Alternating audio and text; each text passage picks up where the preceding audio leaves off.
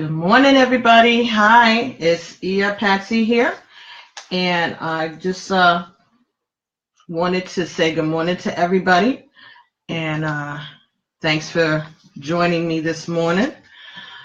I wanted to share a couple of gifts that I got already for Christmas, and I figured I would open them up with y'all here. So I'm going to give it a minute for folks to start joining.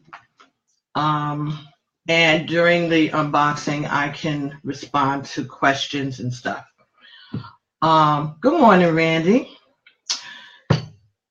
One thing that I did want to share before I even do the unboxing is a beautiful, wonderful, wonderful, beautiful friend of mine, and they know who they are, sent me this. Obama, the Ultimate Portrait. It is by Pete Sosa, who was President Obama's personal photographer, the White House photographer, all right, historical photographer. So he had access to a whole lot of things and a whole lot of times and moments that a lot of us haven't, didn't have access to. A lot of other photographers and reporters wouldn't have access to.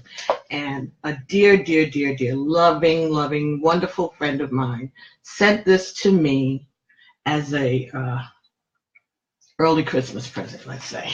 All right. On the back is that iconic photograph of the little boy touching President Obama's hair. All right. So that he could see that his hair was just like his. All right, and this is so beautiful, and it is heavy as heck, and it is just gorgeous. The caption on that photograph is "Hair Like Mine, May 8th, 2009." Wonderful. So I want to just show it off, and I thank my friend as much as I can through the wires and the internet, and I'll be sure to take them out to lunch and drinks and dinner as soon as we both have a chance to connect. So I did want to share that. Yes, I'm showing off, but I think this is beautiful. It's like a coffee table book, but it's just gorgeous, and I haven't actually opened it yet.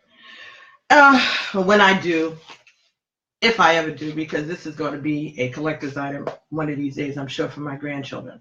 I have this, and I have The Greatest of All Times, which is a book of the same type of a book about Muhammad Ali.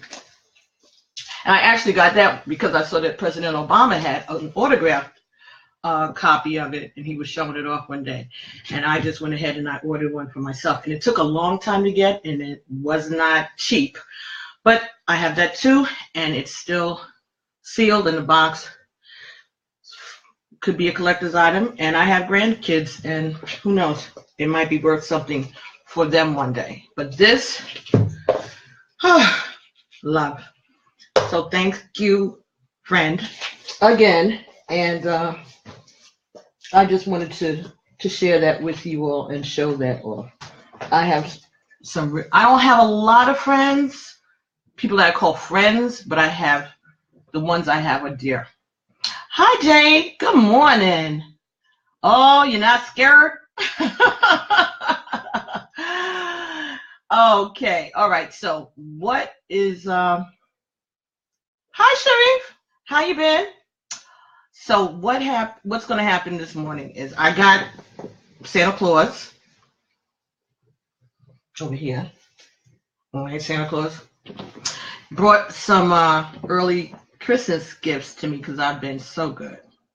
And I wanted to open these up, first of all, because I want to use the Angel Answer Oracle cards very soon, and I didn't want to you know, cheated out of its debut here on Facebook, which I'm sure lots of people use these cards, but I have only seen other people using them. I've never had them myself. Hey, Dwayne. So I wanted to open these here on Facebook, and another deck that I had that was recommended by another reader on YouTube that I thought was pretty fascinating, and that's called the Vice Versa Tarot. All right, so we'll do that one second. So, Angel Answer Oracle Cards by Doreen Virtue and Radleigh Valentine. All right, this is a 44 card deck and guidebook, and it's of course I got it on Amazon. Not giving them a plug, just saying that's where I got this one, and it's published by Hay House Lifestyles. Okay. It says sometimes you need a simple and to the point answer to your questions, such as a yes or no. Well, when will I get a job, or meet my soulmate, or move to a better location, and so on? This deck offers you a trustworthy guidance when a short but sweet response is required. If you're navigating through a confusing situation, these cards will yield straightforward answers to give you the clarity that you're seeking. Doreen Virtue and Radleigh Valentine, the best-selling authors of the Angel Tarot cards, bring you a deck that cuts to the chase with the most pertinent information that you need to know. The 44 beautifully, you need Miss Cleo Jamaican accent and the 800 number. No, Miss Cleo has passed on, so we don't want to emulate her right now. I've got work to do. Hers obviously is completed. The 44, but thanks, Sharif. The 44 beautifully illustrated cards come with step-by-step instructions in the accompanying guidebook. With Angel Answers Oracle cards, you'll clearly receive your guardian angel's direct and loving messages. Okay, so let's see. I did take the shrink wrap off of this one already. And good thing, because I don't seem to be able to locate my scissors right now, and I have to take the shrink wrap off of this Vice Versa deck. But can I like things here while I'm doing this? Yes, funny, haha. Hey, Mr. Lee. Okay, I'm just responding as I go. Hey, Tanya, thanks for joining. Okay, so this is a sturdy box, like most of the cards that Doreen Virtue puts out through Hay House. So this is a nice sturdy box, and 44 cards, still in the wrap. See, I didn't cheat. And it comes with a guidebook. Okay. All right. So let's take off this slip here. Okay, so these cards are gilded, meaning that all four sides of them are gold. That usually helps to make the card a steadier card, or a more sturdier card. All right, it's just a flexible card. But when they're gilded like this, it takes a while for you to be able to shuffle them, but that's good. It makes the card last longer. Now, this Oracle Guidebook is, let's see how many pages we got here.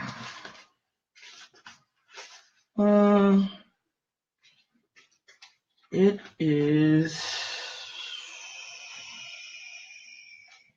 95 pages.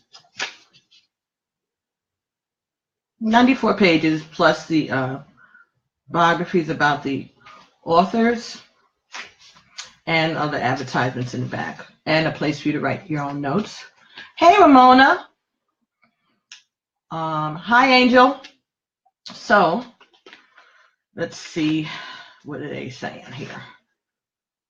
All right, so they have definitions of each of the cards. The illustrations and definitions are in black and white. Okay, and each of the cards are depicted on the page, each of the pages. All right. The Angel Answer Oracle cards are designed to work with other Oracle or Angel-based tarot cards in order to provide more detailed answers should you need them.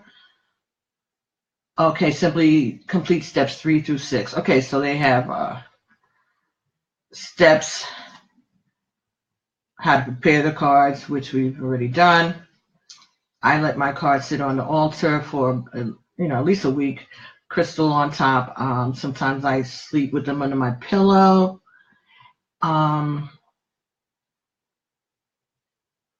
Okay, so preparing the cards, clearing the deck. Usually you do that. This is a simple way. You hold it in your non-dominant hand, right? And you knock it 3 times.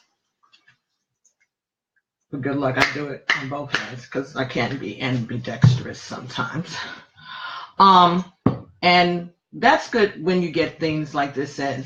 I was talking to my Babalawo yesterday, and he was even saying that when they bring things, when he brings things over from Nigeria or places like that, once he gets them in, he cleans them again, because you don't know what hands were touching during transport.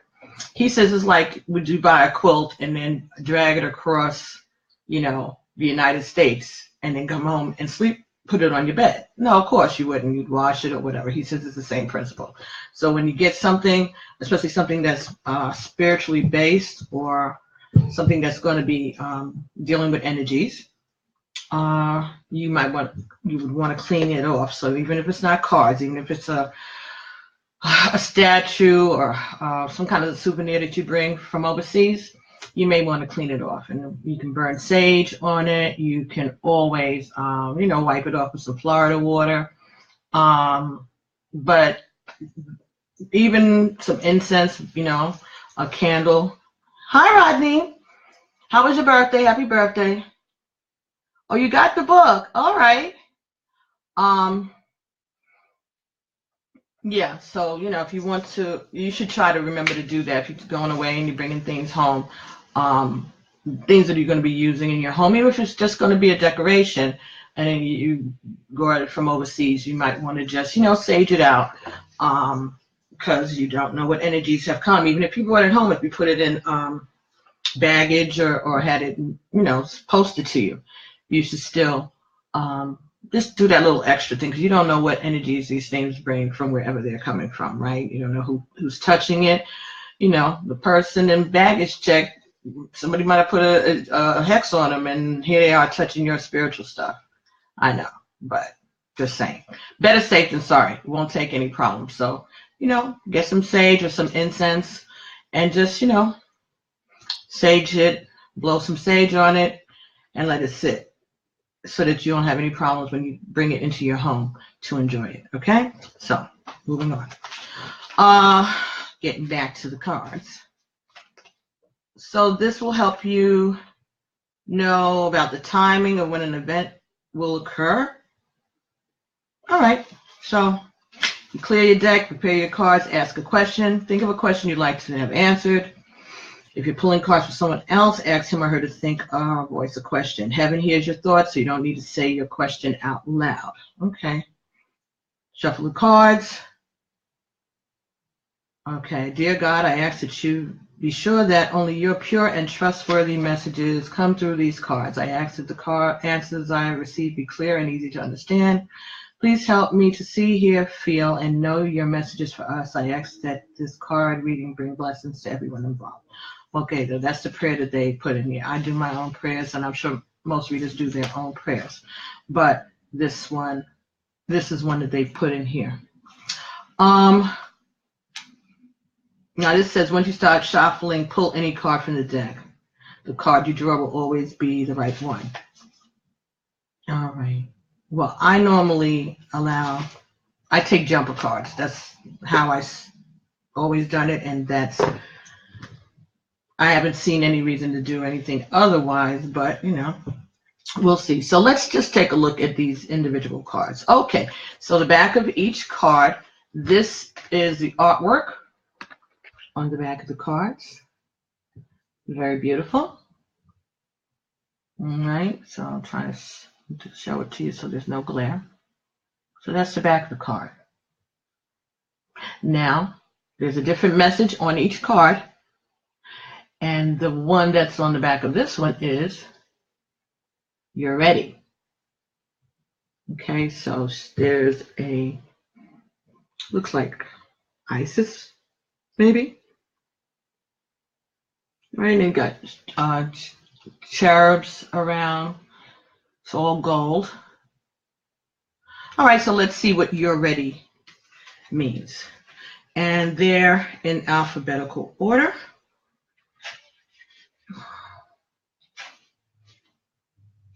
Seems to be okay, a couple of different yeses here. You're ready. All right, so this card, when you get it, means all your past experiences have led to this moment. You've studied and grown spiritually in many ways. There is nothing more to do. You're ready to move forward and embrace the person you know in your heart you are meant to be. Excellent. Okay, so that's one. All right, let's see this card here. Okay, a year from now. All right, so it gives some time frames here too, it seems. See if you can see that one closer. A year from now. So let's see what that means. Well, a year from now, right? Okay, the event you're asking about will occur within this year or soon thereafter. During this time interval, you're encouraged to stay optimistic and to continue with self-care activities and other preparations for your desire. Remember that other people's free will choices are involved. Your answers are pretty. Hi, Sam. Hi, Sue. Are pretty. Your angels are presently working behind the scenes on your behalf, even if you can't immediately see the evidence of your answered prayers. Okay, so this is all right. This card here says abundance. Abundance. Very good. I hope you all can see how beautiful the wings on this angel are. Just pink and lavender and yellow. Very good. And all of all her chakras are in alignment. This is abundance. So it seems that each of the cards around whatever artwork is in the middle has this gold framing. Hey, Ted. Good morning, love. Good morning. Ted, did I forget or somehow miss telling you happy birthday? Happy birthday, my love, my first love. Ted is my uncle. All right, so that's why he's my first love. All right. Abundance. So besides daddy,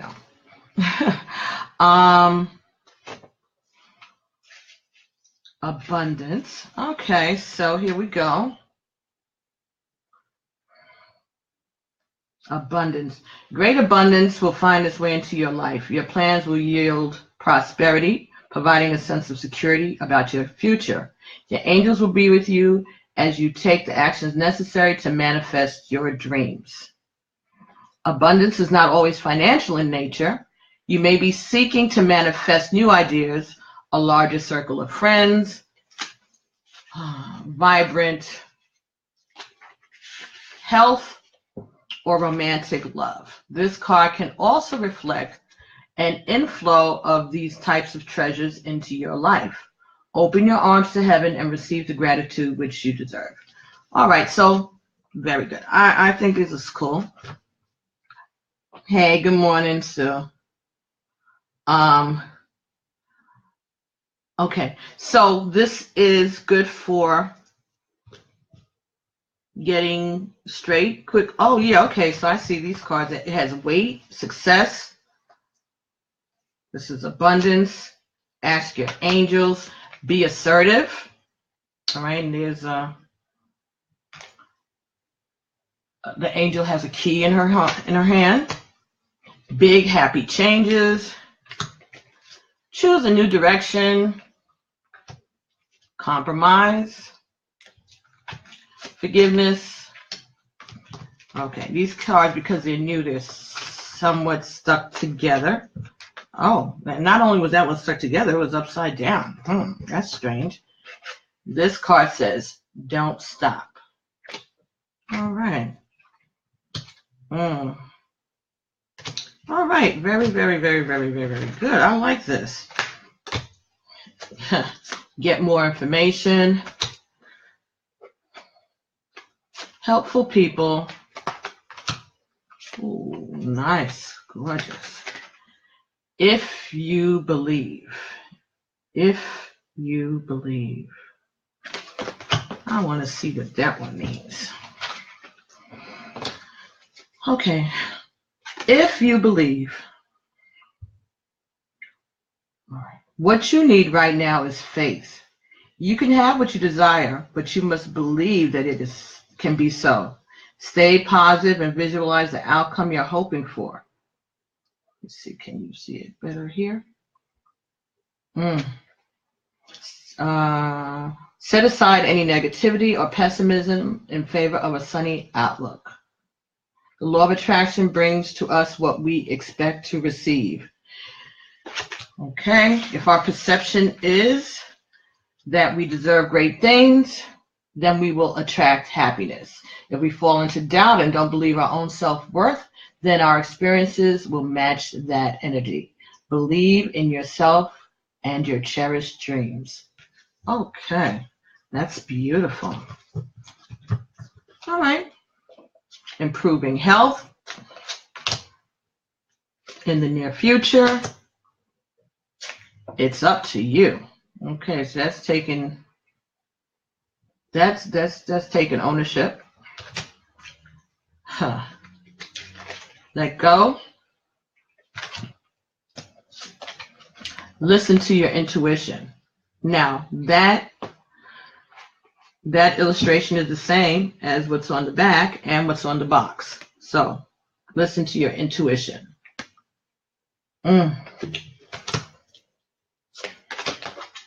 Look for a sign. Okay, lightning bolt.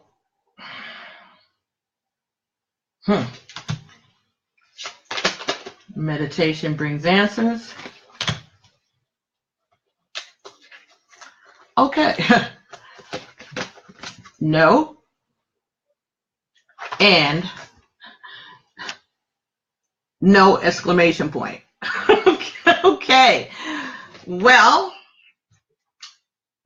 let's see what the difference is on no and no exclamation point.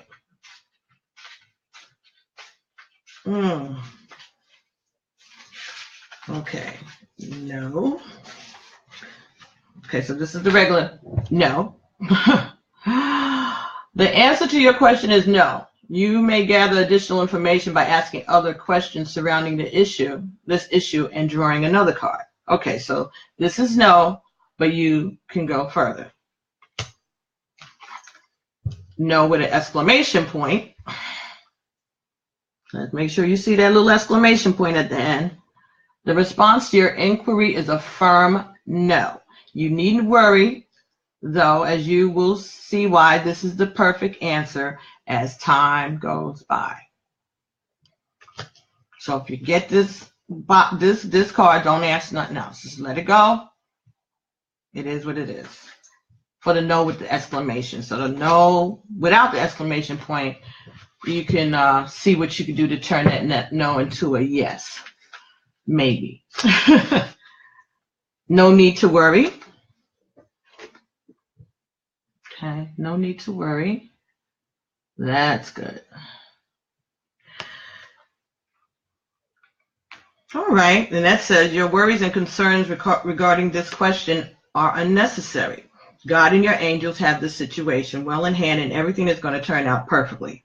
Obsessing over this subject isn't helpful. The energy of fear and worry only slows the eventual manifestation of your desires. Visualize loving and happy outcomes and keep your thoughts positive. Very soon you will wonder why you were worrying about this at all. Excellent. Good. And that's needed by a lot of us. All right. A lot of us are worried, me included. So maybe this will be a good way to start off your day, right? All right. So, all right. This one's pretty too. They're all beautiful. Not the right time. Ooh, opportunity. Look at that. Showers, gold.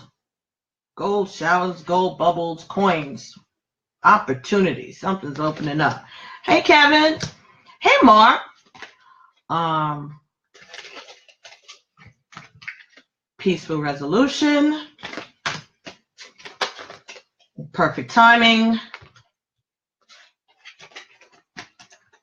Reconsider. Reconsider. Recovery.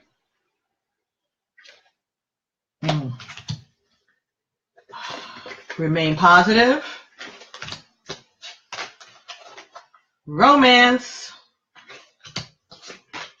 Success.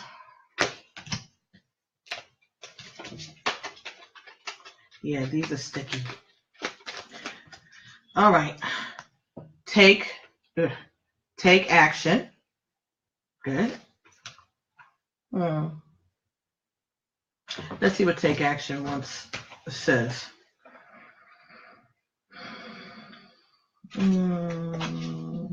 Take action. All right. Take action. The time has come for you to take action. Your angels are waiting to take you to the next step so that they can assist you along the path to your dreams. Do away with procrastination and uncertainty. In your heart, you know what to do. Get going. Whether you're focused upon career, relationships, or some other topic, the fulfillment of your wishes isn't going to just fall into your lap. You must be actively focused on the pursuit of what you want. Okay? Take action. The situation will improve.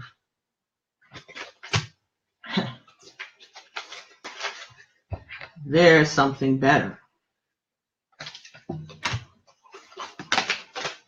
Trust.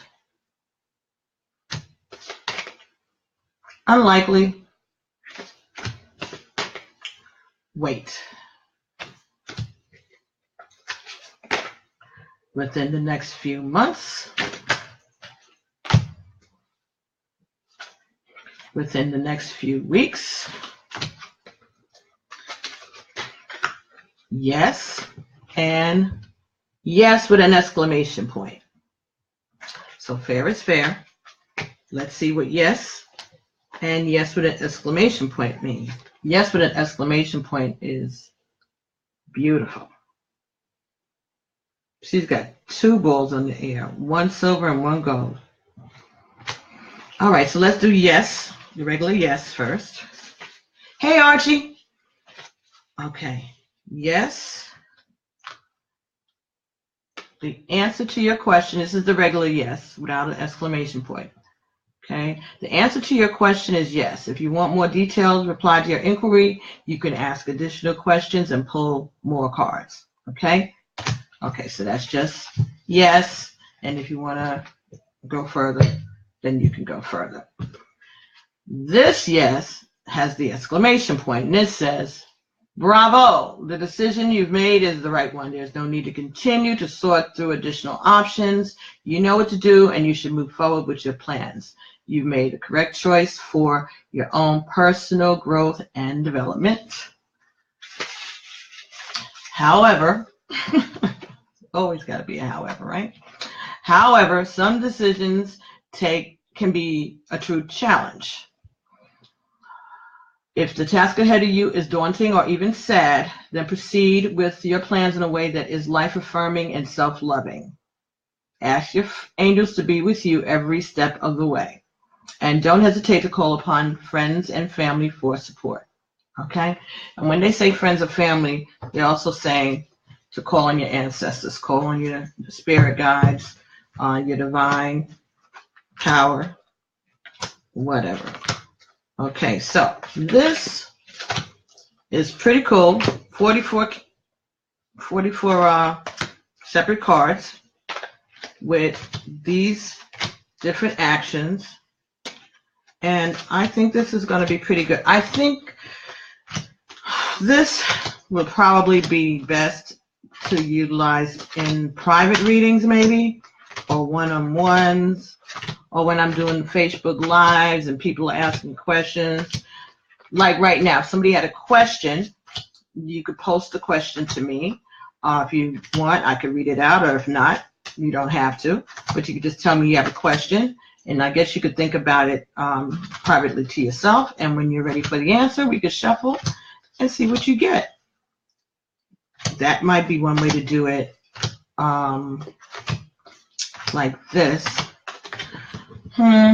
Yeah, probably best to use it in private readings, even though I'm sure I could find a way to work it into a general reading, but probably would be, general readings are general. I mean, you know, for such a large group of people you don't know, energies all over the place. People can be, you know. This I think is either for personal. Okay, see, I said I like jumper cards. So let's say these were jumpers. So this says improving health in the near future. All right, so if there's someone in this room that's watching right now that had a question about that and they were too shy to ask something about your health, this is saying there will be improving health in the near future. All right, so that's good. All right, so yeah, something like that. If you were to ask a question in a group, I guess I would do it like that. If something jumped out while I was shuffling, like this. No, that says the same thing. Next few weeks, next few months. That's nothing specific. But I would shuffle, I guess, and see what cards jumped out. And I guess you could share your question with the group, or like I said, not. All right. I think these are going to be pretty helpful, at least for myself. And the clients that come and have personal readings here. And these are just so pretty. This fuchsia around the edges and the gold here and these colors, all of the colors of the chakra. This is just really beautiful card. Beautiful card. And like I said, they're pretty sturdy. I don't know if I can shuffle them yet. I can get a little shuffle in that way, and that's good. Okay. All right. I like that. I like that. Compromise. If there's somebody who wanted to know something, compromise. Okay, it's the bottom of the deck. Okay, I'm going to put these here back. Hey, Saladin. So, while you're here hanging out with me, if you want a question answered. Ooh! Did Omarosa get fired? Or did she quit? Did she resign or was she fired? You think we can get a yes or no on that, Angel? Answers, Oracle? This is just being nosy, right? We really don't care. Except good for her ass. There's no question. I don't know whether or not she acted up. I don't know if they're just doing that because that's the racist, bigoted, sexist bullshit. that people would believe. But I'm sure that Kelly, whoever he is, was just waiting for the perfect time. And their little closed off minds probably said, look how those black people got together and voted for that Doug Jones in Alabama. Omarosa, get in here. I thought you were in charge of black people. How'd that happen? You're fired. That's probably the mentality that went on. They had to find somebody to scapegoat and to take the focus. You know, they always got to send us a shiny object. So to take the focus off of the president losing again and again and again and again, they turned around and said, let's get rid of the black person. That'll get the black people's attention over here. What they don't understand, and they never did understand, is that the black community has never owned Omarosa with her trifling behind. So that really didn't take anybody's attention except for everybody to laugh at her ass. But she's trifling, you know. The woman who is the reporter that used to be April Ryan, used to be her buddy, and she turned on her to the point where they didn't even invite her to the Christmas party at the White House. And when that got out, hey George, hey John, yeah, when that got out, that wasn't good. That was not a good look. So that was one thing. The only black reporter assigned to a major publication, and you didn't invite her to the Christmas party because you don't like her questions? No, they couldn't have been that petty, because there's a lot of people to ask funky questions.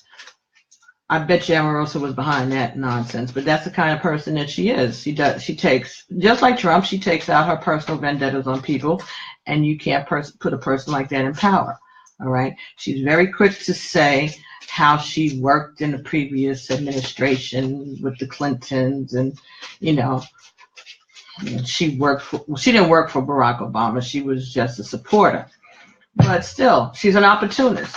How can you go from working for Bill Clinton and Barack Obama to turn around and sucking up to Donald Trump, and then when you're in there not doing anything, perfect timing. Okay, not doing anything to help your people. What the title? They just made up a title for her and paid her $180,000 a year. So she got $180,000.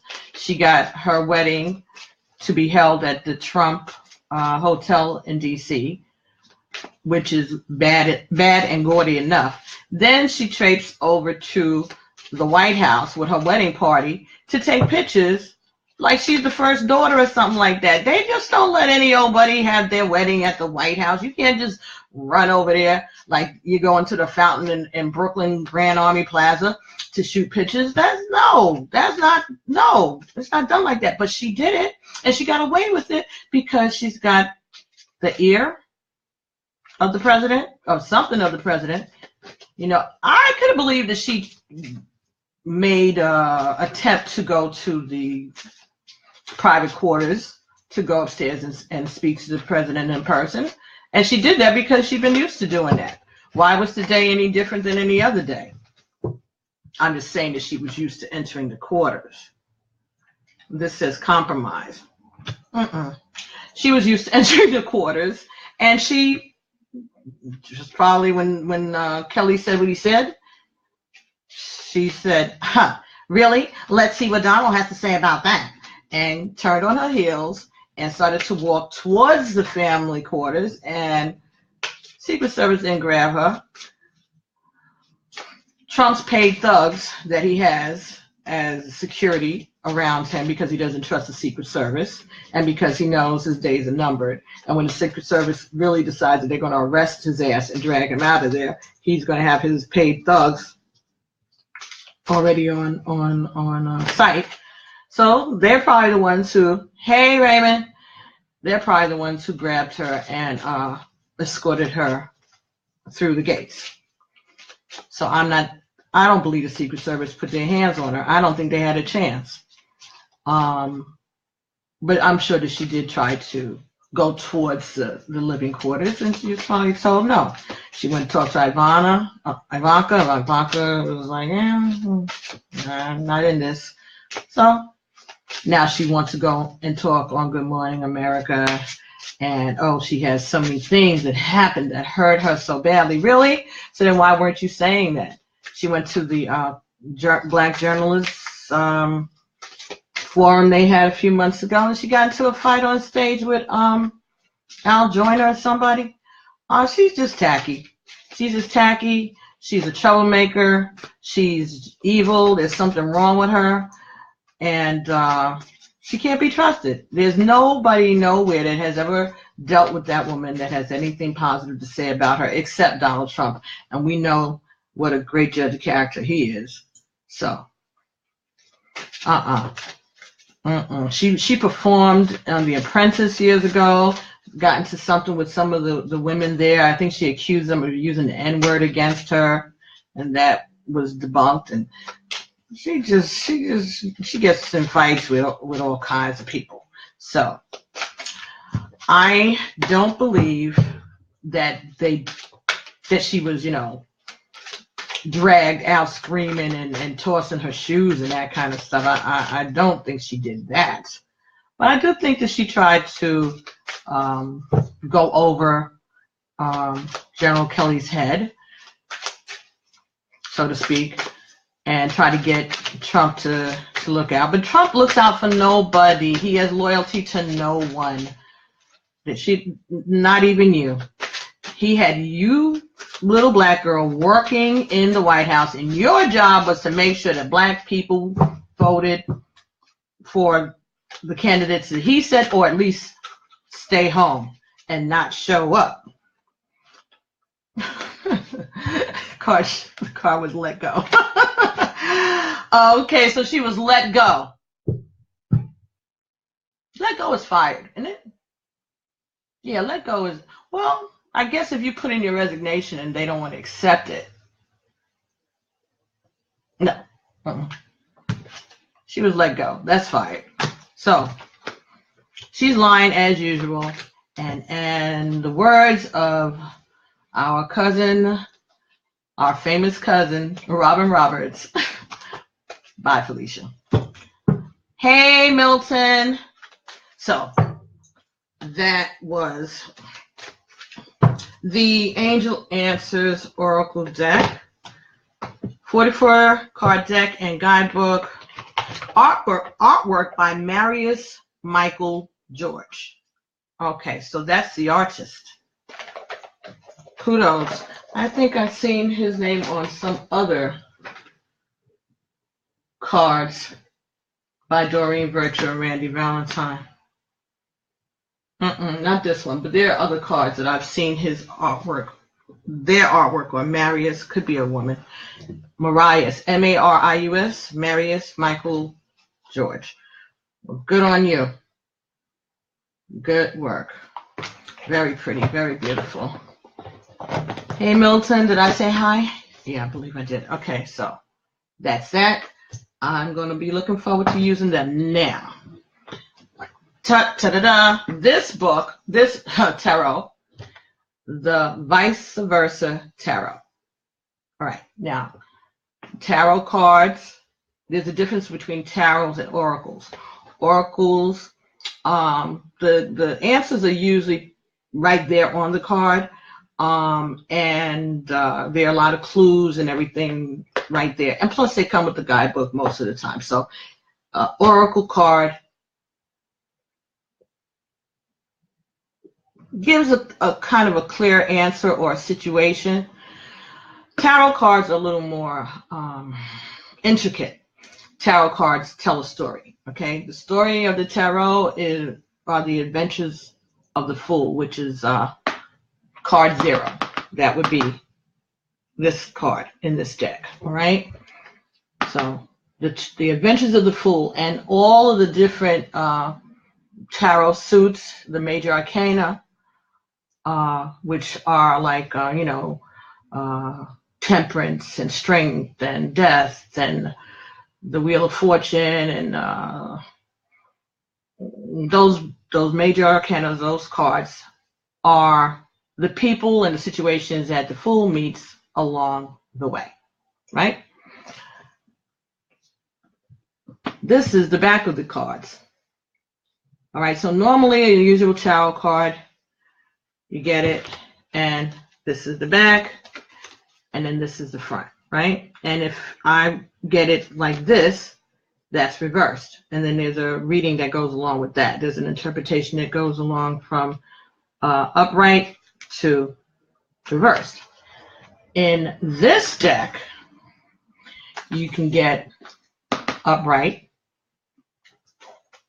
and you can get the back upright. Now, I don't know if you can get the front reversed and the back reversed, if it's to be read like that also. I won't find that out till we open this up. This is 78 double-sided tarot cards and a 160-page color book.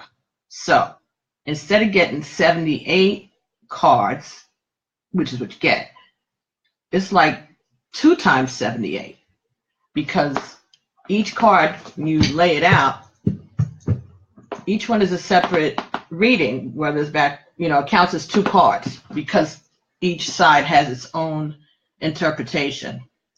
And these cards are by Massimiliano, Filadoro, Lunanea, Weatherstone, artwork by Davide, Corsi.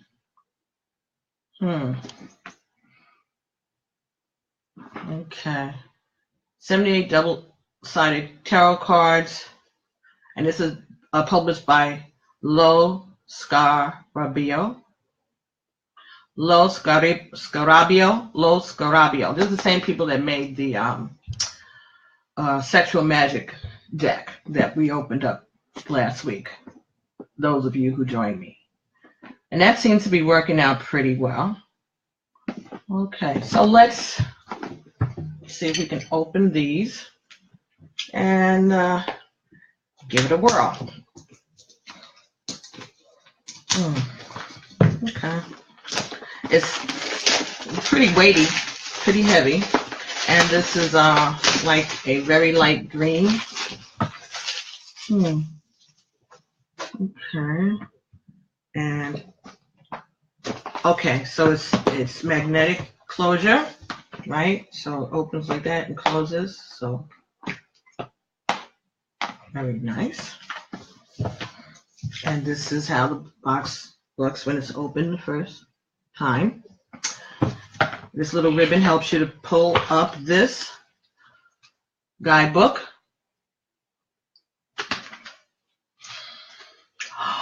Oh my goodness, and the pictures are color. Now, you don't get that very often. The pictures are color. That's very nice. It's a pretty thick book here. And it has, definitions of the symbols in the cards. Ooh. Okay. And the court cards are separate in the back here. All right, so let me see if I can give you something simple.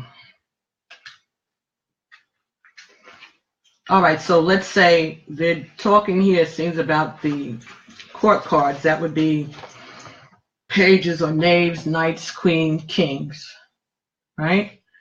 The court cards in a tarot deck represents particular people. They can be used to symbolize aspects of yourself or others you know and interact with. In this deck, the court cards are treated a bit differently than in other minor arcana cards. They call the court cards part of the minor arcana, and the other cards are the major arcana. Rather than describing and interpreting the front and back of the card, we talk about the inner self and the outer self. One side of the card shows the public personality, the self that is shown to the world. The other side shows what may be hidden, hey Dunner, or more deeply private, revealed only to intimates and trusted companions. You may view these as the light self and the shadow self, but again, don't fall into the mistake of thinking one is positive and one is negative. Both sides are always needed to make up a whole complicated portrait of a human being. Hey, Raymond. So the court cards. All right, so this is how they're doing that. All right, so this would be the Knight of Chalices over here, which is the Knight of Cups. And this is the Knave of Chalices. So the knave is like the page. Wow. Okay, and it does that for the Queen of Chalices, inner and outer self. So it's the inner self and the outer self. And the King of Chalices, so all of those cards are depicted like that. So let's see what a description would say. All right, the Knave of Chalices is a young man clad in a court garb of a page that stands at the edge of a quiet sea. His tunic bears a pattern of lotuses. Some small wavelets splash softly against his long cloak, which is the color of the ocean behind him. He holds a silver chalice from which a fish is leaping. His attitude is gentle, passive, and perhaps subservient. So this is a kind person. His heart is innocent and his intentions are pure. He holds the cup of love, but the fish symbolizes that this is spiritual love, not carnal love. At least not yet. This person prefers peace to passion for the time being. He is content to stay in the shallow waters of emotion for now. So that's the outer self. So that's the self that this person portrays to the world. So if you had a person like, if this card came up in your reading, then this would describe someone along that line.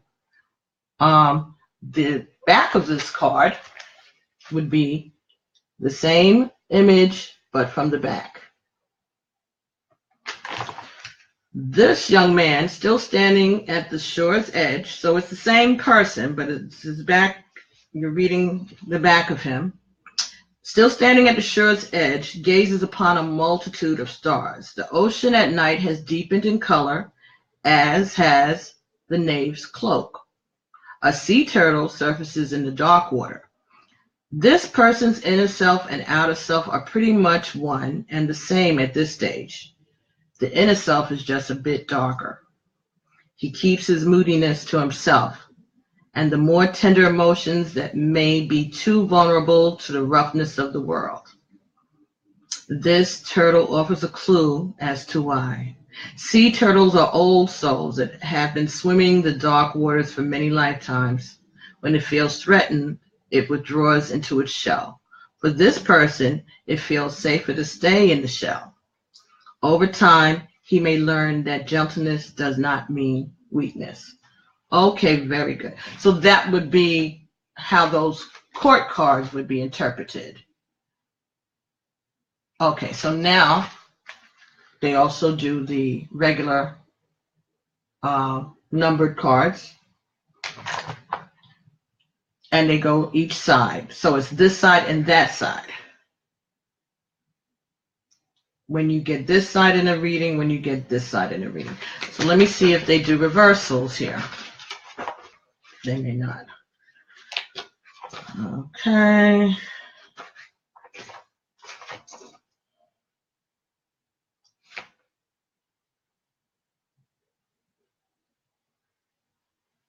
Until fairly recently in the history of tarot, divination was limited to prediction or sniffing out secrets. When will I get married? Will I prosper in my career? Who is blocking my progress? What is he really thinking? A psychological slant on divination is a more modern addition to the tarot toolbox, reflecting Western societal shifts. So, for example, rather than asking, will I get married, we might ask the cards, am I ready to be married? What compromises would marriage bring? What would it be like to stay single? We've added why and how to old questions of what and who. Looking at things from only one point of view is far too limiting for our complex, hey Elise, modern age. Technology has brought the other hand to our attention. We are evolving from a mindset that something must be either right or wrong, good or bad, now or never. This is two-dimensional thinking in a three-dimensional world. We are learning that big problems can't be solved by just looking at one side. Hi. One might think that tarot is a two-dimensional tool. After all, the cards are flat. The images on the card are static, set, and settled. A moment in time and space is captured and frozen by the tarot artist, and it is the task of the tarot reader to extrapolate meanings from the card symbols. The vice versa tarot adds another dimension to the familiar cards. Rather than just one image for each card, this deck offers two. At first glance, it may seem to be simply the front view and the back view of the same scene, but it is so much more.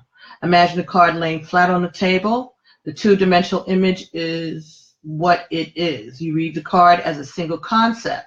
Now imagine the card floating in the air before your eyes, turning slowly and revealing an alternate view. An additional element comes into play as the symbols morph and blend and contrast. An unexpected depth that moves beyond near linear interpretation. In a typical tarot deck, a card will be drawn upright or reversed. Okay, this is the question, which is upside down.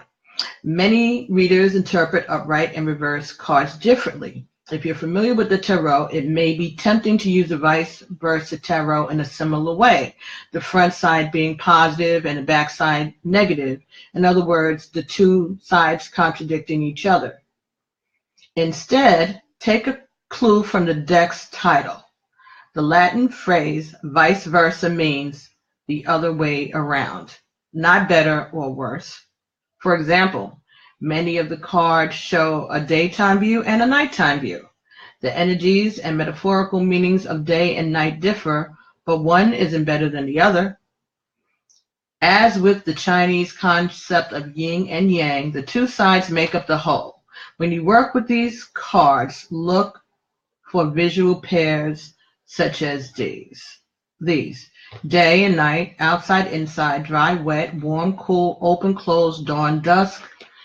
Then consider more abstract examples of vice versa pairs. Active, passive, conscious, unconscious, solar, lunar. Material, spiritual, temporal, eternal, personal, universal, known, and unknown. Finding such pairs represented on two sides of the cards is an exercise in expanding your symbolism vocabulary. You are like the vice versa tarot card yourself. If you have outer self, you have an outer self and an inner self, a public face and a private face, your light and shadows. These aspects make up the human spirit in all of its complexity. Okay, all right, so that's good. Hey, Dooms. Hey, Samuel. I'm just trying to see. I heard what they're saying, but I just want to know, are we allowed to do reverse?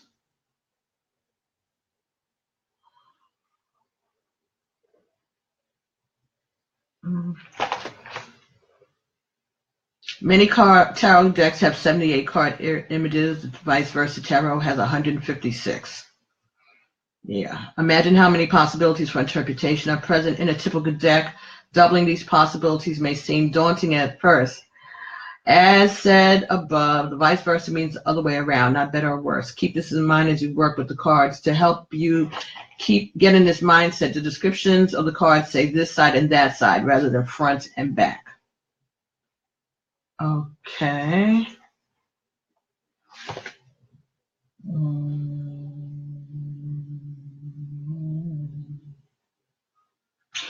All right. Okay.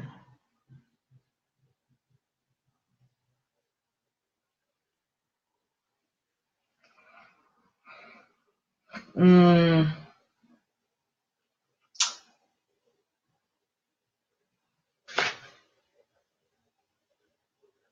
I don't think that they go either way, but there's no interpretation for a reversal. So you would have to just do that intuitively. Beautiful, my goodness. Look at this.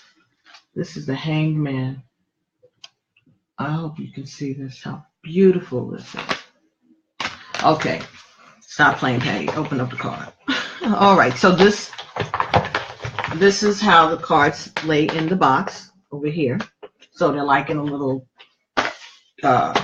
casket on a little shelf, something like that, with that ribbon. The ribbon would help you pull up the book and the card out of the shelf. And again, magnetized box. Hey, Rosalind. All right, so these are the cards. And they are the same size as the regular tarot cards. They're wrapped in shrink wrap. Let's see what happens. Let's open it up. These are not scissors. These are like dental. Well, when I was a dental assistant, these are the kind of scissors, this kind of things that we use to grab cotton and stuff. You know, it's good. It clamps. It's got several uses over the years. Comes in handy. Has little fingers on it. Okay,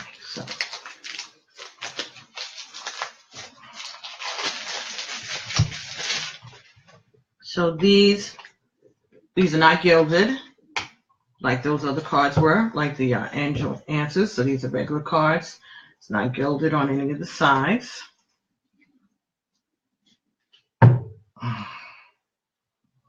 And the illustration, the picture takes up the entirety of the card for the most part. Okay, so this would be King of Swords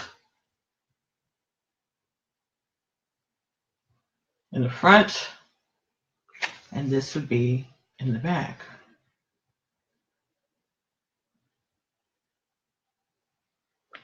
Wow, okay.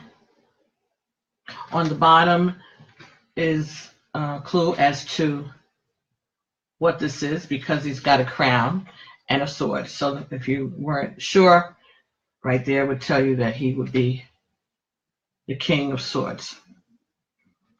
All right. Now this guy, okay.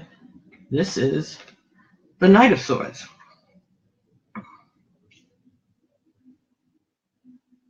And this is the back.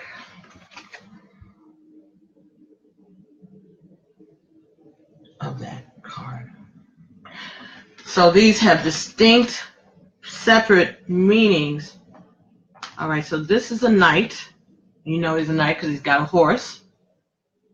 Right, if you didn't know that, there's a little knight like the knight in the chess game, little head, horse's head, and the sword over here. So that's him on his horse. So this is the front. And this is the back of that card.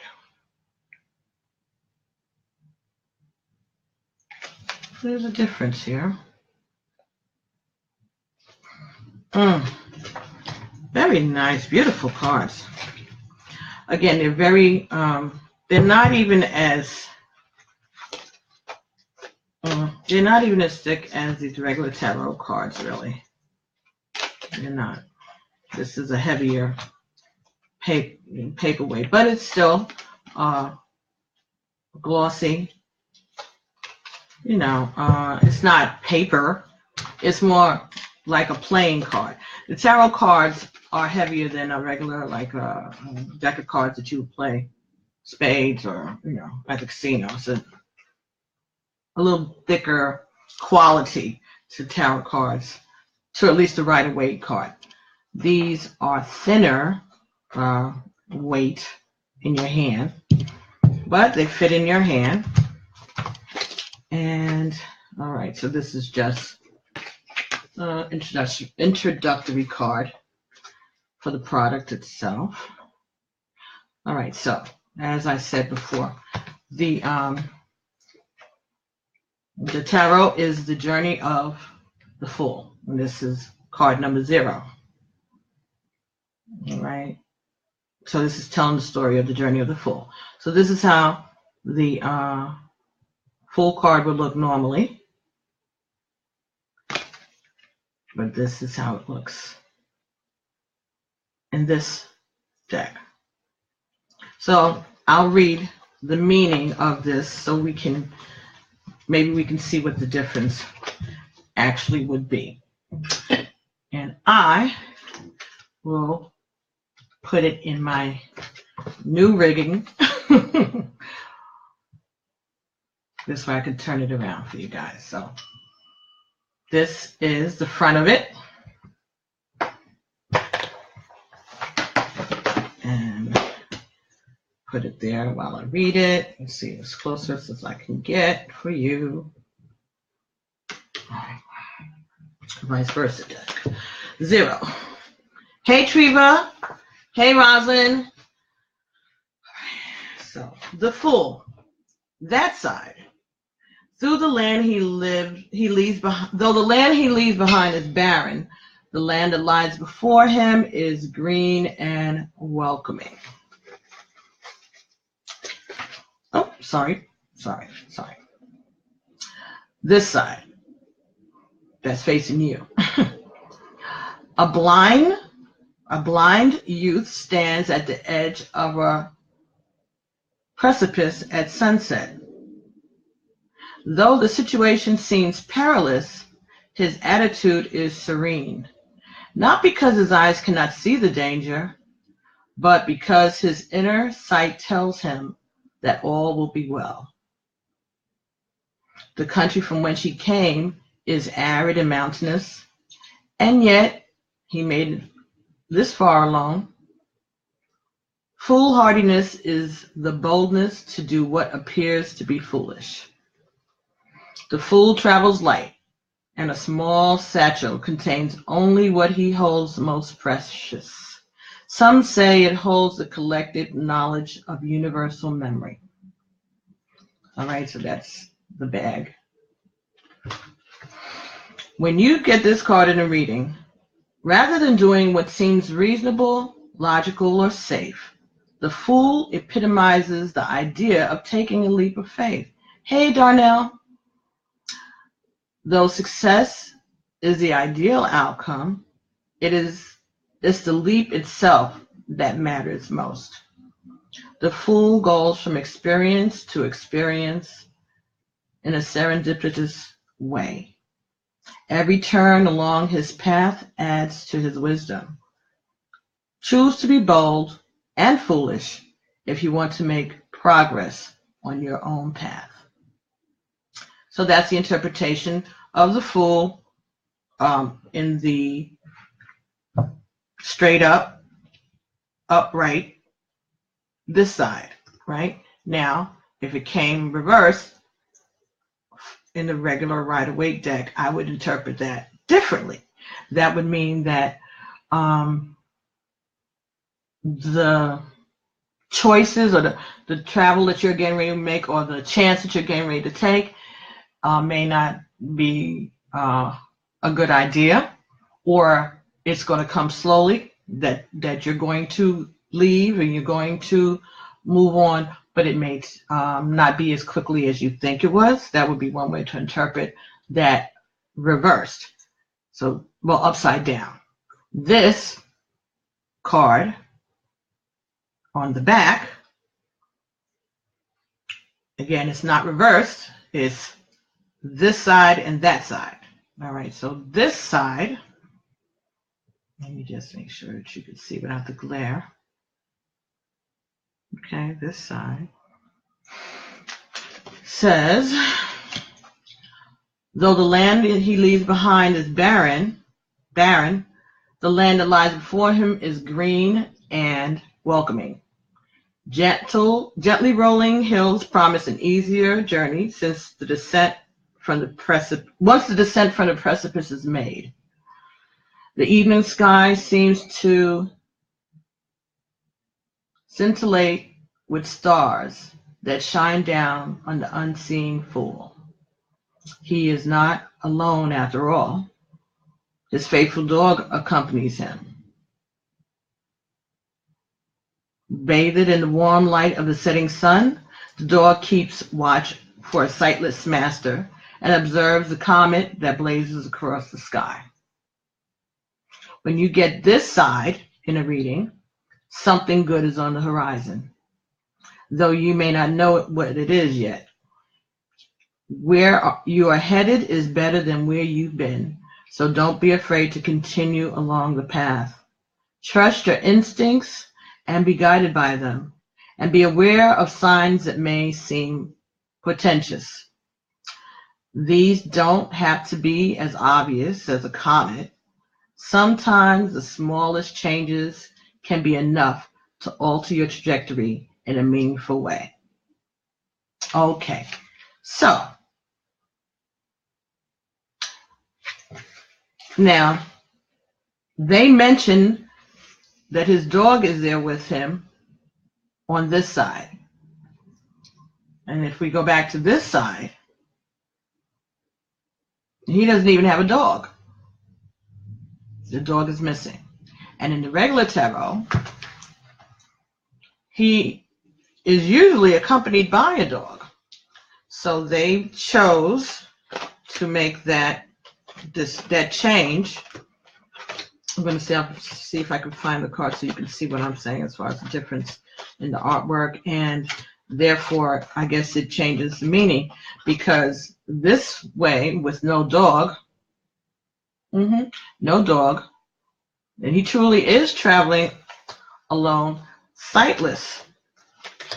All right, at least if he's sightless, he has his dog there to help. So that is a difference. I just want to see if I can just grab this so you can see it for yourself, what I'm talking about. Okay, so it's a lot. It's different. It's going to be like learning a whole new set of cards again in a way, except I'm familiar with each side, but at the same time seeming like they made little changes to the cards also, so you have to be very careful of the interpretation. So come on. So it may take a minute. Okay, so this is the Fool card all the way at the beginning. Of course. So this would be the Fool card in the regular arcana. So let me see if I can position this so you can see both at the same time. All right. So this is the front. This is the regular Fool card in the major arcana, in the regular Rider-Waite tarot deck. And you see here, his little dog is over there in the front. Yeah, in the front, there's this little dog. But in this card, he has no dog. When you get to this side, there's that dog. Okay? So that's a difference, and that does change the interpretation of him without his dog. He has a rose, it seems, in the Rider-Waite deck, and in this he seems to have the Lily of the Valley, which is a different card but a different meaning. On the regular Rider-Waite deck, there's nothing spilled, there's nothing on the ground, In this card, there's a spilled cup on the front, and on this side,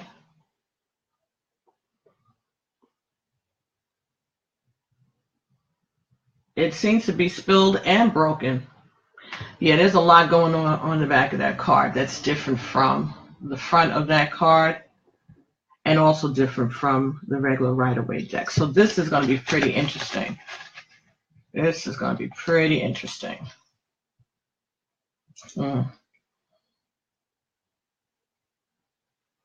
That's that. Differences. Interesting. Okay, so this would be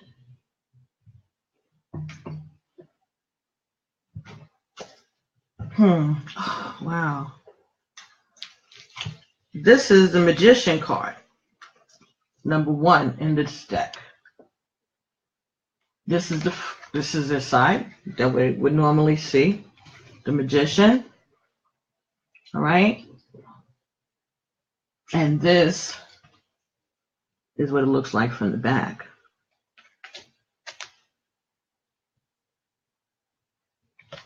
And it's the same figure from the back, but there are a lot of different things going on. In the front, on this side, where you see his face, there are comets in the back and stars, a lot of action in the sky. On this side, there's no action in the sky. Still has the infinity symbol over his head.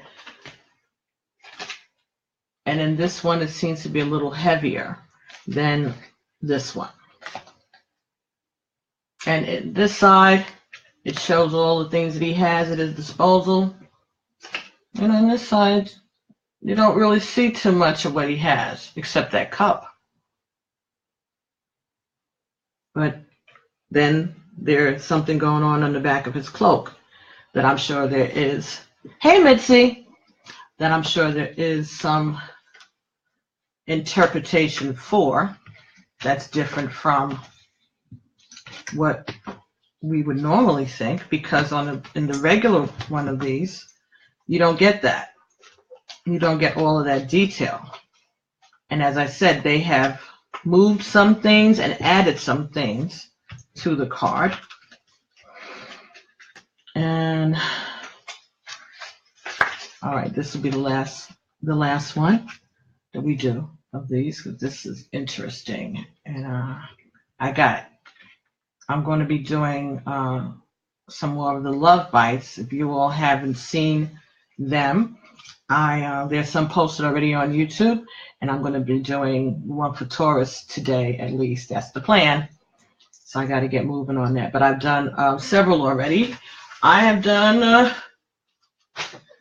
my list. I have already done Sagittarius, Capricorn, and Virgo. So they're on my YouTube page. And they're also probably on my blog page here, Our Story Begins. And the Love Bites this month, I'm using the regular spread that I normally do, along with the Tarot of Sexual Magic that we opened up last week. And the Sagittarius one is almost 2 hours. So it was adjusted. And then we did the Capricorn one. I did Sagittarius first, because this is their birth month, and then Capricorn because this is their birth month. And I did Virgo next because they had a lot of views, and I'm going to do it like that, as according to the amount of views that I get for the previous month, then that's how I'm going to do the readings, unless I'm led to do things a different way. And sometimes you do get led to change the order because somebody's reading isn't ready in the universe, and some people need this message as soon as possible in the universe. So I do what the universe tells me to do, what my guides tell me to do. All right, so you can check that out after you finish with this, after we finish here. You can always check out the Love Bites. But if you are a little queasy about nudity, the Tarot of Sexual Magic is graphic.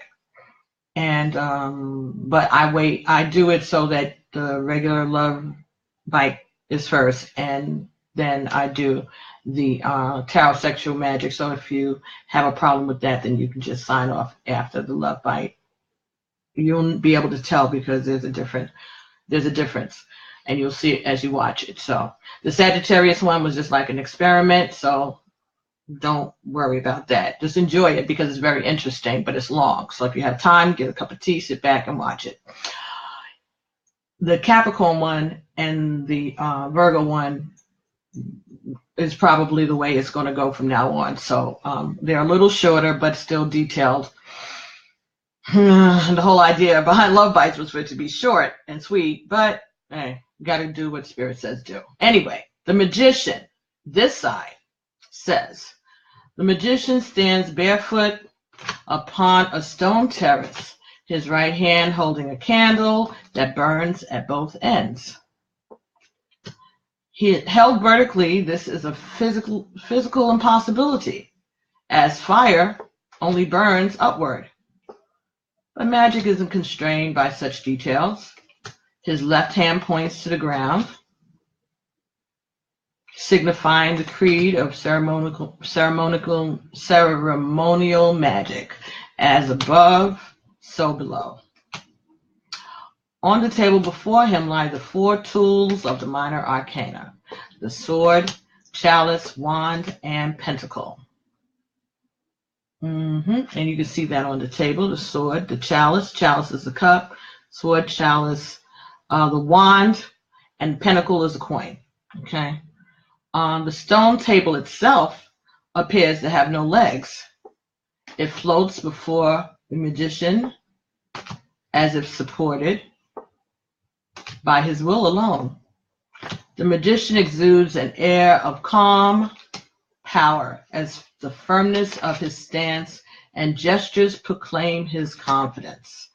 Above the magician's head floats a luminous lemniscate, the sign for affinity. In the sky behind him, a comet shoots through the Orion constellation. So that's the constellation of Orion, and there's a comet shooting through it. Okay.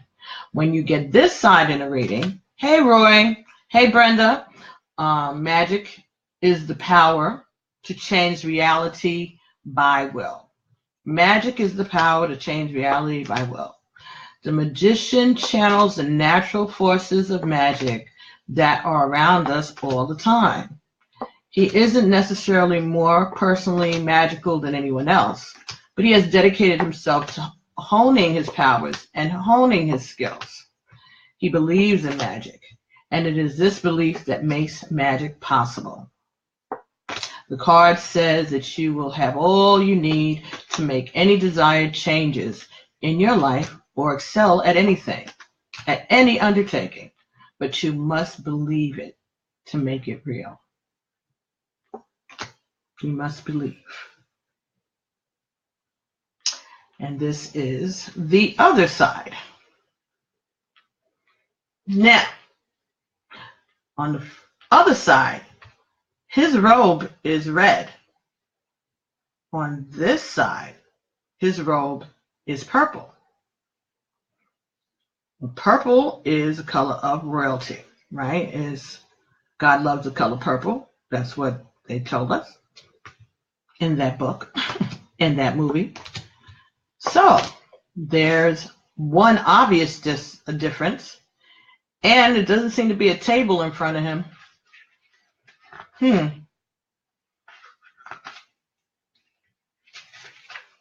Yep, doesn't seem to be well, it may be a table, but again, you don't see the legs because they already told us there are no legs. It's floating midair. So from the back, you see even less of that. Turn it so maybe you can see better without the glare, and closer. Right.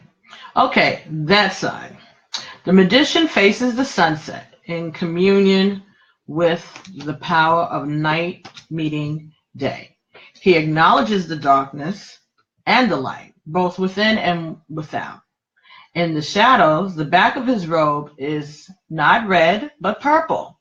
the color of the seventh chakra,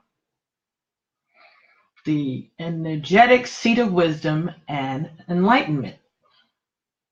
The robe bears the pattern of the Kabbalistic tree of life. Okay, so that's what's on the back of the robe in that depiction. The robe bears the pattern of the Kabbalistic tree of life. Behind the magician, a single lily pushes its way upward through the paving stones. Alrighty. All right, you can't see that because my rigging has blocked that, but real close there. See, there's that lily coming up through the concrete stones where he's standing, the paving stones. When you get this side in the reading, there's a threshold. This is a threshold time for your endeavor, a time when new creation is trying to push through. Deepen and pull your energy inward. One of the tenets of magic is keep silent. If you find your endeavors are stalling or not progressing at the pace you wish, move into the silent, dark space within you and focus. Magic requires concentration and freedom from distractions. The power is there. You must bring it forth yourself. Okay. All right, so that's in the book too, which is very, very nice. It's beautiful. So whatever is the illustration on the cards are there in the book. And so I got the magician card here while I was reading because I was multitasking. So I want to show you the difference. Again, the back of the card is a regular pattern, right? Nothing. And that means nothing. There's nothing significant about that. But this is the Rider-Waite deck. The magician here has a red robe. Okay. And the table.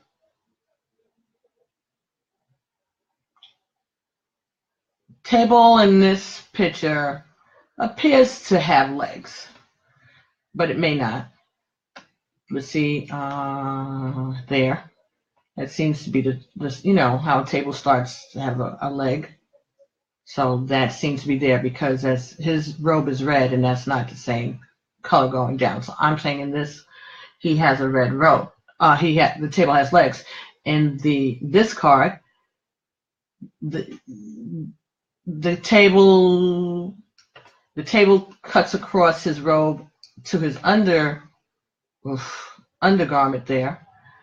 So you can see that table is floating in midair, pretty obviously, but it's not very obvious. You have to really look closely because the undergarment looks as if it's a leg of the table holding it up. So that's something different. Okay.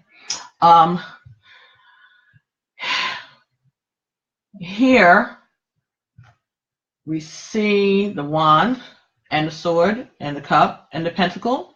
Now in this card of the vice versa deck, the pentacle is standing up. In the Rider-Waite deck, the pentacle is laid down. In this card, the cup has flowers in it and things even growing out. No, sorry. It appears that the flowers are in the cup, but they're actually right behind it and open over it. Okay. So it's very close, and you can see that it looks as if there may be something in that cup. This cup in this card is empty. Stand alone. Nothing adorning it. In this card, he has a belt that's tied around his waist. Pretty nondescript. In this card, he has a belt that has a scarab or brooch on it, which gives that belt some importance also. There is no constellation There is no Orion constellation in the Rider-Waite deck.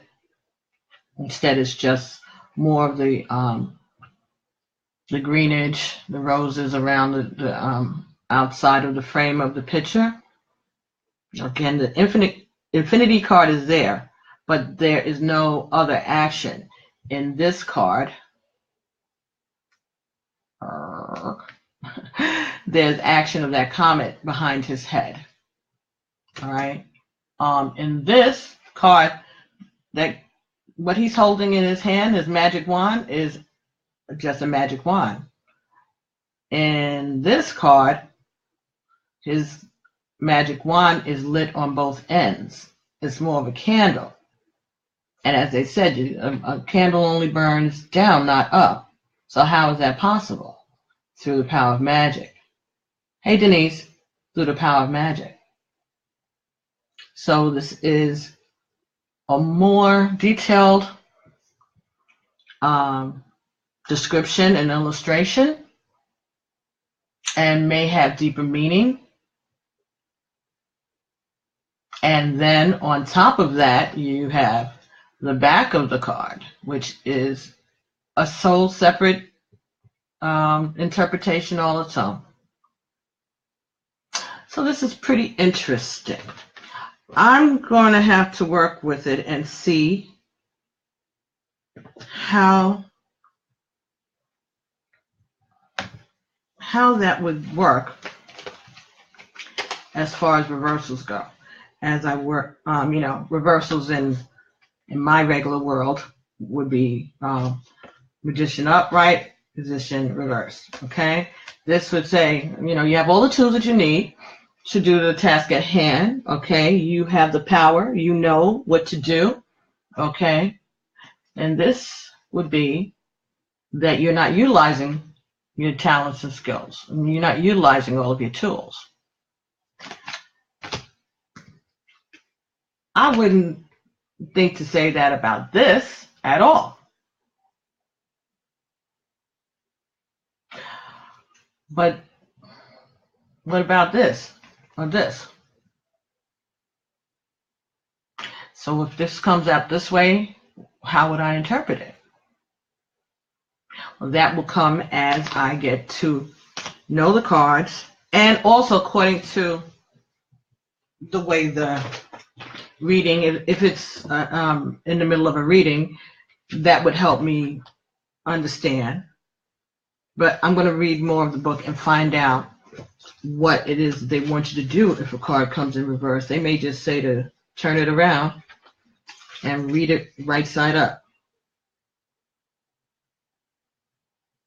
But then again, they may not. Because that would, again, if you read it reversed, that adds another dimension to, hey Ronald, to the reading. Let me see if I can give you, okay, now this is the Hierophant, right? And this is what it looks like on this side. So this person is sitting on a throne. And this would be the back. So now you're seeing the back of her head and the back of the throne. You wouldn't get that in the Rider-Waite deck at all. This is very intricate. And the colors, this up here, that is like a lilac, very light purple, in contrast to the purple that's down here on her foot, which is a deeper purple, still meaning royalty, definitely. Yeah, this is going to take a minute to absorb all of this, because everything here has a meaning, certainly. And that's why they are giving you the book, so you could learn it without having to carry these cards with you as you're learning to read it. Like you're riding in a train or the bus or, the plane, whatever. You can have this book and not take these out. In the public, just take your book. Beautiful, beautiful. Very nice. I'm excited. Oh my gosh. The Wheel of Fortune. This would be this side, the front of the card.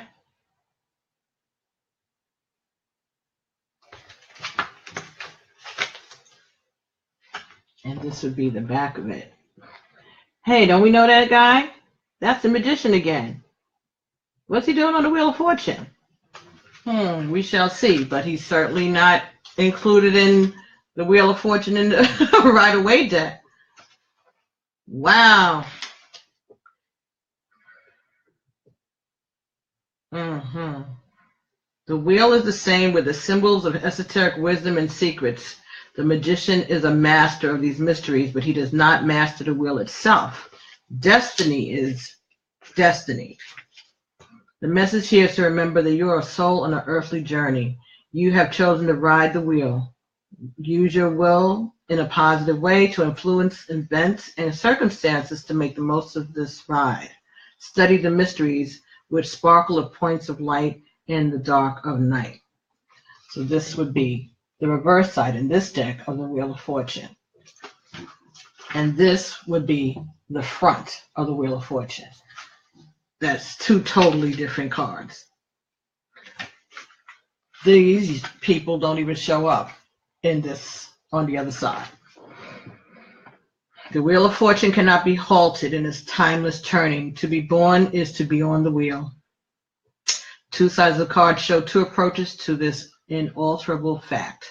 This side speaks of the great mysteries of the wheel, which can be pondered for a lifetime or many lifetimes and still never fully comprehended. The Sphinx guards the secrets of destiny. Acceptance of this brings peace. Struggling to understand what is beyond mortal understanding brings despair.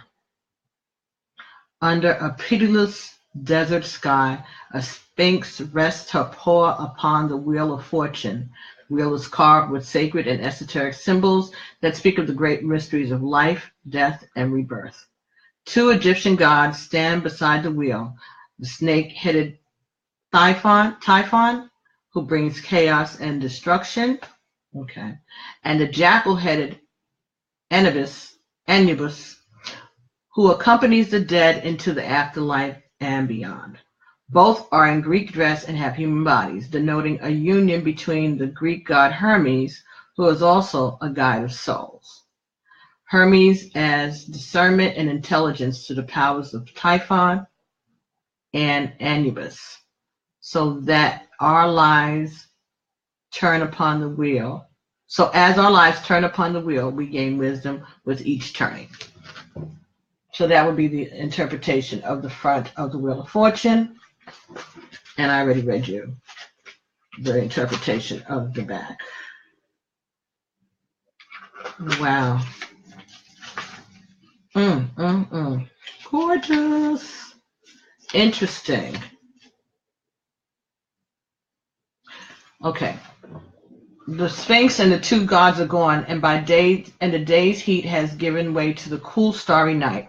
The magician, who is the major arcana 1, stands with the wheel in his right hand, where in his own card he holds the candle.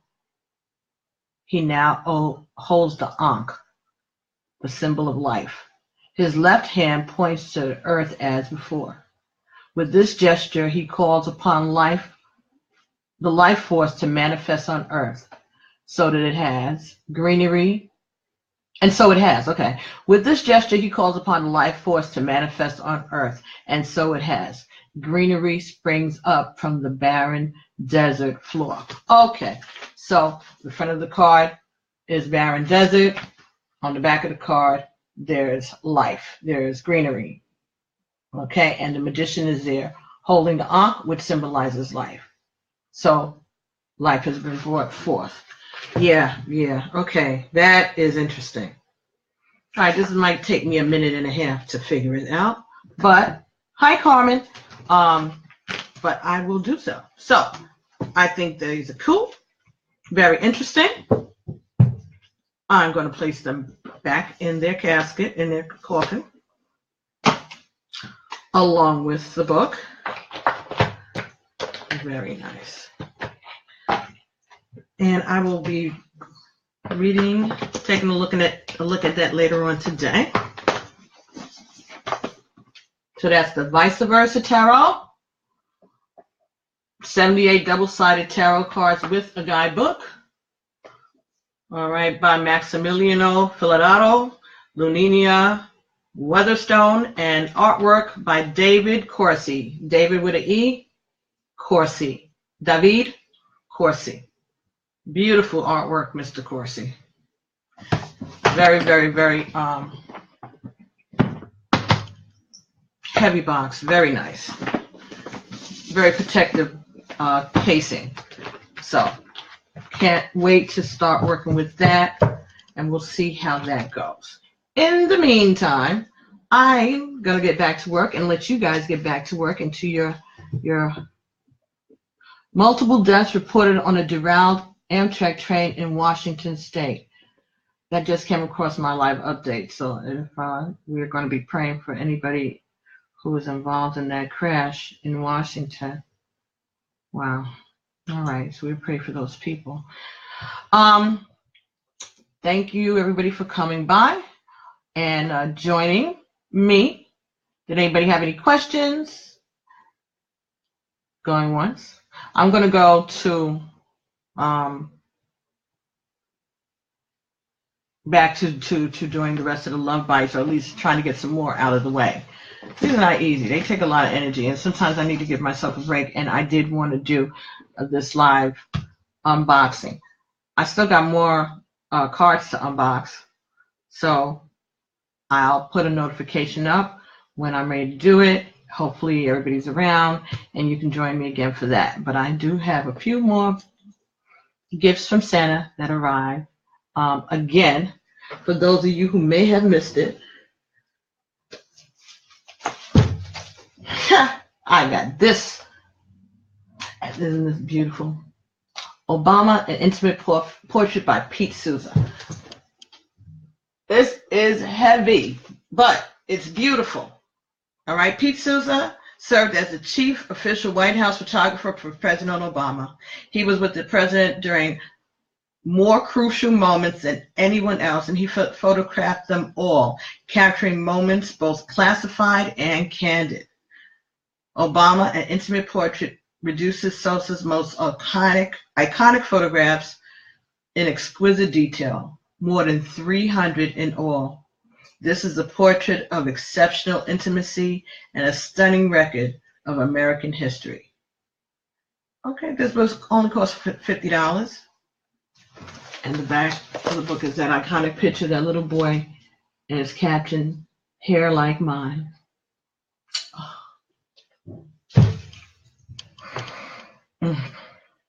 Well, at least you can say it happened in our lifetimes. Hopefully we'll be able to tell our children, and they'll be able to tell their children and their children, and because who knows what they'll do, what we may not have access to, what we may not be able to enjoy about our history anymore. But we just got to pray. But we are very proud of our brothers and sisters of all races, and down in Alabama, doing the right thing. We thank you guys. You got a lot of redemption to do, but that was really the first step. You know, somebody was saying last night, the bombing of the church was in Alabama, and the boycott was in Alabama, and wasn't the Lorraine Motel in Birmingham, Alabama, where Martin Luther King got killed? A lot. Alabama has their ways, but they said, no, hell no, now, wait, we are not pedophiles, and we're not going to endorse a pedophile. But at the same time, he did get a whole lot of votes, and that says something about us. That said something about us as people, as a country, as a state, as a community, that you would even consider voting for someone who was a pedophile. And all of the girls that he approached, he said, oh, well, I got permission from their mothers. How many of those girls had daddies? How many dads did you ask that? Or did you ask these women who were alone, who were impoverished, who were facing some kind of a strangeness or difference in their lives? They were already under pressure, and you are the DA. Can you take her daughter out on a date? Maybe some mothers would look the other way. All right. Or maybe there were rules. You know, I don't know what rule there could be, but okay, 14-year-old, you know, but maybe, you know, some man said that, you know, his grandmother was married by the time she was 14. By the time she was 15, she had 2 kids and a job. Right. But that wasn't 40 years ago, because you're 40. So that means that your grandmother was at least 60, if not 70 years ago. And that's the difference. Don't try to equate 40 years ago, which would have been in the, 80s, 70s, 80s, to stuff, that happened, you know, during pioneer time. Of course, we know that. We're not stupid. But don't put your grandmother under the bus to defend a pedophile. And then another idiot, supposed to be a pastor, said, well, Joseph was an adult carpenter and Mary was only 14 years old, and they had Jesus. But that ain't the story. According to Immaculate Conception, okay, that Jesus was the only begotten Son of God, Joseph's not in that equation. According to the scriptures, Joseph didn't know Mary in that way. They didn't have a sexual relationship until after Jesus was born, because Joseph and Mary had children, and Jesus had siblings, half siblings at least. Well, actually full siblings, right? But as far as God is all of our fathers and that kind of stuff. But Jesus and Joseph are not blood related. Mary is the vessel that God used to bring Jesus through, according to the Christian scriptures. So what are you bringing the shade in on Joseph? So because in 30 BC, in 30 BC, a young woman found herself pregnant, was already engaged to marry an older man, but it didn't say that she was already married to him. It said engaged, meaning that was arranged and that was the intended person for her to marry, but they weren't married yet. She's still living at home with her parents. And because of her finding herself in this situation and the angel revealing the situation to Joseph to keep her from being scorned in the community, he went ahead and legally married her to protect her and her child. So there would have been some question, apparently then, of Joseph going out with Mary on a date, because that's not how things were done back then. He may have made arrangements with her family that when she got to be of age, or when he had enough to pay the dowry or whatever it was, that then they would be married. But there was no going out on dates. She wasn't taking her to the soda pop shop or back to his house with no what do you call it, like escorts, chaperones. Hey Candy, I'm ranting, right? No chaperone. And have her laying on the floor in the living room on blankets, half naked, feeling her up under her underwear or over her underwear. Did you ask her mother, could you do that? These people need to stop. Really? Is that how we living? That's how you're living. You ask their mothers for permission. Why didn't you ask their daddies? Because you went to women who didn't have husbands, who are already in desperate positions, with beautiful young daughters, and you put the pressure on the mother. There are things that we as women know when a man in that kind of position comes towards us to either ask us out or, God forbid, ask you, can you take her daughter out? I know if you had come on my mother's step, you would have understood why people in the North carry guns too. You crazy? I'd be walking down the street with my mother and somebody would catcall me, and my mother would stand there and cuss them the hell out. First of all, explain to them how old I was, and usually I was like 12 or 13, but I always looked older than I was. And she would tell them off in the street, make a scene. So that was more than 40 years ago. You try that nonsense up in Brooklyn. Let's see what you would have gotten. Knocking on some mother's door, asking her, can you see her child? My mother barely wanted me to go out with boys my own age. Actually, she didn't. She sent me to an all-girls school. But that's another conversation. Eleanor was off the hook. But still, how dare you? You district attorney. You're 32 years old, 34 years old. What are you doing? Hanging out in the mall, going to recitals and standing up in the back, checking it out. Same parasite as Star 45, Asterisk 45, owning pageants and feeling that he could just walk into the locker room, walk into the dressing room because he owns it, because he's the owner. He could walk in there no matter what state of dress these young ladies were in. And in those pageants, some of those pageant contestants were teenagers. I'm so proud of the Me Too movement, and I'm sorry that it seems that some people have gotten caught up in bullshit, and that, you know, it's not fair for people to just make accusations, but there's some folks that accusations are well-founded, and if there's an accusation made about anybody, there needs to be evidence of it. There needs to be, you know, something, you know. And usually these are not usually, you know, isolated circumstances. A rapist gets away with it one time and he's going to get away with it again. I'm not calling anybody rapist. I'm just saying in that kind of a context. This is a criminal act. If you get away with it once, you try to get away with it again. You try it. Especially if nobody said anything. There was no repercussions. You got everything you wanted. You were able to show your power,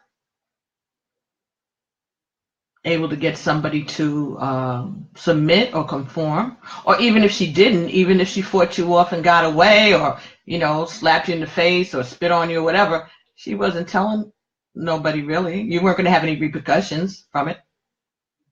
My son asked me, you know, have you ever experienced sexual harassment? I just had to laugh. I said, I don't even remember. There's so many times I can't even recall them. It's just part of being a woman in everywhere, all over the world. That is not just limited to America, I'm sure. But yes. From the time that you're able to walk without your parents' hand,